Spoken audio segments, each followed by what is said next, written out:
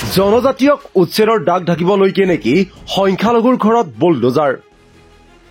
সংখ্যালঘুক উচ্ছেদৰ জৰিয়তে চেষ্টা নেকি উচ্ছেদক মান্যতা দিয়াৰ। সংখ্যালঘুক উচ্ছেদৰ লক্ষ্য খিলঞ্জীয়া জনজাতীয়ক সুৰক্ষা নে উচ্ছেদক মান্যতাৰ জৰিয়তে আদানী আম্বানীক ভূমি গতাই দিয়াৰ। সংখ্যালঘুৰ দখলত থকা কিমান ভূমিত উচ্ছেদ চলালে এই চৰকাৰে। জনজাতীয়ৰ দখলত থকা কিমান ভূমি গতালে আদানী আম্বানীক। উচ্ছেদৰ আঁৰৰ ৰাজনীতি কি। শেহতীয়া সময়ত ৰাজ্যৰ বিভিন্ন প্ৰান্তত চলা উচ্ছেদ অভিযানক লৈ সৰ্বত্ৰে ব্যাপক প্ৰতিক্ৰিয়াৰ সৃষ্টি হৈছে। স্বাভাৱিকতেই উচ্ছেদ অভিযানক লৈ গঢ়ি উঠিছে দুটা পক্ষ।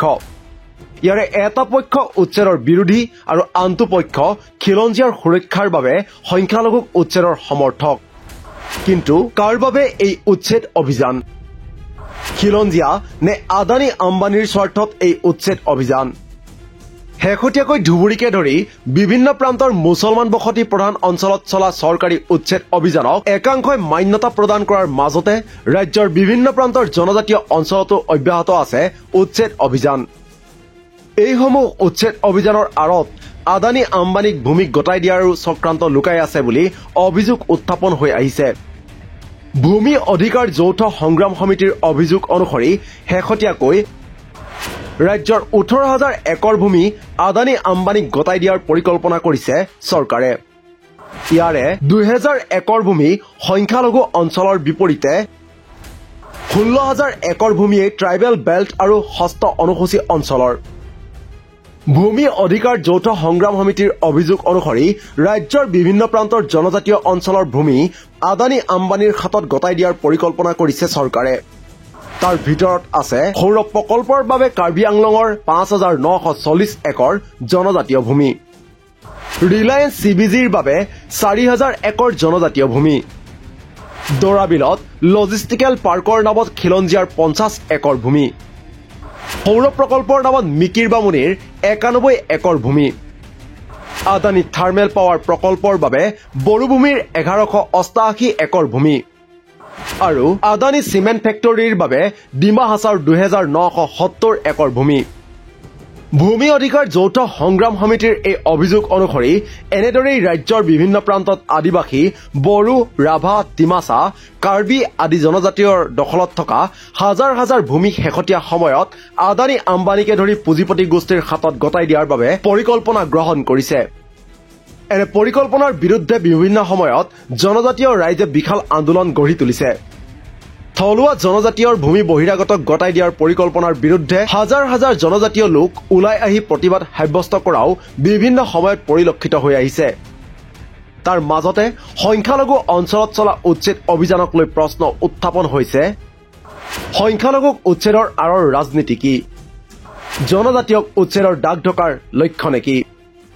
বিভিন্ন সময়ত খিলঞ্জীয়াৰ বিৰুদ্ধে চলা উচ্ছেদ অভিযানৰ পৰা দৃষ্টি আঁতৰাবলৈকে নেকি সংখ্যালঘুৰ ওপৰত এনে উচ্ছেদ অভিযান। প্ৰশ্ন নাগৰিক সমাজৰ। উচ্ছেদ কৰাৰ সম্পূৰ্ণ অধিকাৰ আছে, কিন্তু উচ্ছেদ কৰাৰ পদ্ধতিটো কি হ'ব। কথাটো হ'ল সেইটো যে সময়ত তেওঁলোকক এটা আগতীয়াকৈ নটিচ দি কিছু সময় দি তেওঁলোকক চিফটিঙৰ কাৰণে ব্যৱস্থা কৰি যদি পাৰে ক'ৰবাত অল্টাৰনেটিভ এৰেঞ্জমেণ্ট কৰি পুনৰ সংস্থাপন দি এই প্ৰক্ৰিয়াটাৰ মাজেৰে যেতিয়া তেওঁলোকক তাৰ পৰা উচ্ছেদ কৰিব তেতিয়া এইবোৰ ঘটনা নঘটে। কিন্তু সমস্যাটো হৈছে যে চৰকাৰে কোনো ধৰণৰ আগতীয়া নটিচ নিদিয়ে, হঠাৎ আহিব, আহি তেওঁলোকক এতিয়া আজি মানে যুগ যুগ ধৰি এইবোৰ মানুহ তাতে বহুদিন ধৰি বসবাস কৰি আছে। প্ৰথমতে যিসকল মানুহে ইয়াত বসবাস কৰিবলৈ বহিলে তেতিয়া ফৰেষ্ট ডিপাৰ্টমেণ্টে বনন্ত অধিকাৰীসকলে কি কৰি আছে, যিবিলাক মানুহে দিনত অধিকাৰীৰ দিনত এইদৰে মানুহ বহিলে তেওঁলোকৰ বিৰুদ্ধে কিবা ব্যৱস্থা লোৱা হৈছেনে আজিলৈকে। তেওঁলোকৰ বিৰুদ্ধে কোনো ব্যৱস্থা লোৱা নাই। আজি হঠাৎ এই মানুহবিলাকক উচ্ছেদ কৰা হৈছে। ঠিকে আছে, উচ্ছেদ বনাঞ্চলৰ পৰা উচ্ছেদৰ নিৰ্দেশ উচ্চ ন্যায়ালয়ে দিছে, কিন্তু উচ্চ ন্যায়ালয়ে কোৱা নাই নহয় তোমালোকে মানুহ মাৰি মেলি গুলিয়াই মেলি উচ্ছেদ কৰিব লাগিব বুলি। উচ্ছেদ কৰাৰ এটা পদ্ধতি আছে, তেওঁলোকক সময় দিয়ক, তেওঁলোকক সুযোগ দিয়ক, তেওঁলোকক এটা ব্যৱস্থা কৰি দিয়ক অল্টাৰনেটিভ যোৱাৰ কাৰণে। তাৰপিছত তেওঁলোকক উচ্ছেদৰ পিছত তাৰপিছত যদি তেওঁলোক নাযায় তেনে পৰিপ্ৰেক্ষিতত আপোনাৰ তেওঁলোকৰ বিৰুদ্ধে এনেকুৱা শক্তি প্ৰয়োগৰ এটা যুক্তিযুক্ততা থাকে। কিন্তু সেইবোৰ একো নকৰাকৈ যেতিয়া এই কামটো কৰা হ'ব, চাওক মানুহে বছৰৰ পিছত বছৰ ধৰি বসবাস কৰাৰ পিছত ঘৰ এখন যেতিয়া ভাঙি নিব তেতিয়া সেই মানুহে কেনেকুৱা ধৰণৰ প্ৰতিক্ৰিয়া প্ৰকাশ কৰিব। মানুহৰ মাজত তাৰ খং ক্ষোভৰ প্ৰকাশ ঘটিব। চৰকাৰ, অভিভাৱক চৰকাৰ পিতৃতুল্য নাগৰিকৰ কাৰণে। গতিকে চৰকাৰৰ এইটো দায়িত্ব যে কোনো মানুহৰ ক্ষতি নোহোৱাকৈ, হানি নোহোৱাকৈ যাতে মানুহক তাৰ পৰা আঁতৰাই নিব পাৰে আৰু বনাঞ্চলৰ সুৰক্ষা কৰিব পাৰে, সেই ব্যৱস্থাটো নকৰাৰ কাৰণে মই ভাবোঁ যে এইটো ঘটনা ঘটিল। আৰু সেইকাৰণে এইটোৰ সমস্ত দায়িত্ব চৰকাৰে কৰিব লাগিব। চৰকাৰে এই উচ্ছেদ চলাইছে কেৱল ৰাজনীতি কৰাৰ কাৰণে, আৰু এই উচ্ছেদৰ দ্বাৰা তেওঁলোকে কি কৰিছে যে তেওঁলোকে এই যে বৰদোৱাৰ, কাৰ্বি আংলং, কাজিৰঙাত খিলঞ্জীয়াক উচ্ছেদ কৰাৰ যিটো প্ৰক্ৰিয়া চলাইছে সেইটোক লুকুৱাই ৰখাৰ কাৰণে, সেইটোৰ পৰা মানুহৰ মন আঁতৰ কৰাৰ কাৰণে আজি ধুবুৰীত এই উচ্ছেদ চলাইছে। নিউজ ডেস্ক ৰিপৰ্ট, দি ক্ৰছ কাৰেণ্ট।